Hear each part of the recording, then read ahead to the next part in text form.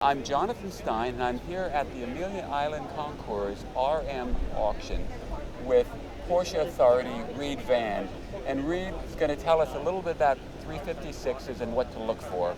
And Reed, can you walk us through the basic flavors of 356s to give us an overview, please? You can divide them into pre-A's, A's, and the BC cars, which is this model designation.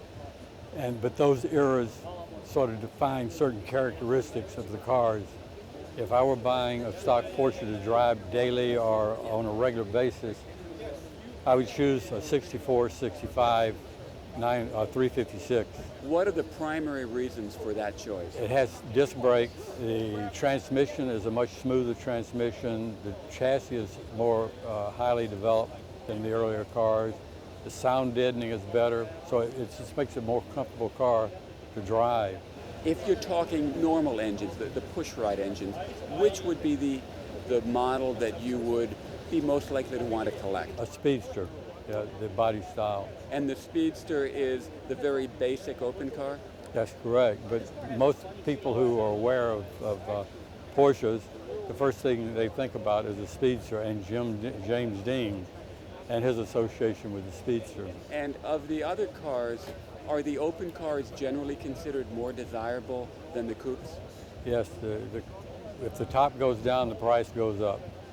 And what does that do if it has a sunroof? That usually adds about 10% to the value of the car.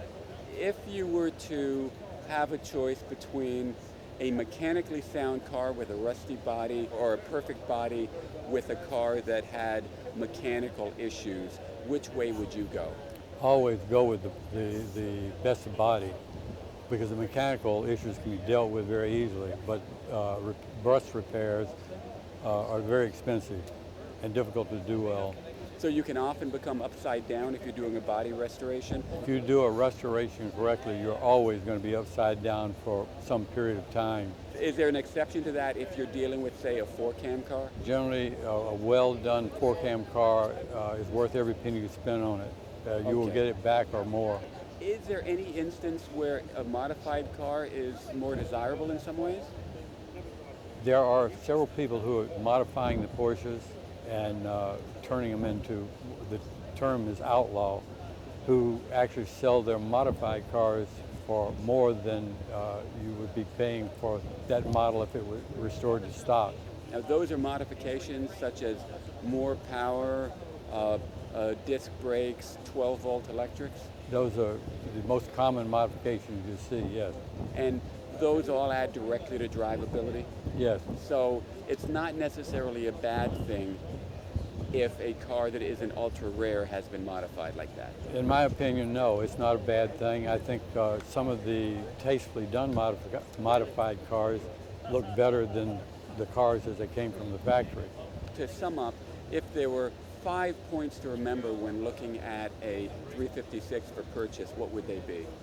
Rust, examine for rust, look for numbers matching whenever possible, but that shouldn't preclude buying a nice car if you're buying it as a driver. Those are the items that would concern me more. Right, yeah, because I would not buy a car that I hadn't personally inspected or had someone who was familiar with Porsches inspect for me, because it's too easy to conceal rust and things that can make your cost skyrocket to try to repair them. Well, thank you. I think we now have touched on the basics of what you need to know about looking at a 356, and the most important thing is do your research and get someone to help you who really knows what he's doing. Thank you very much. Thank you.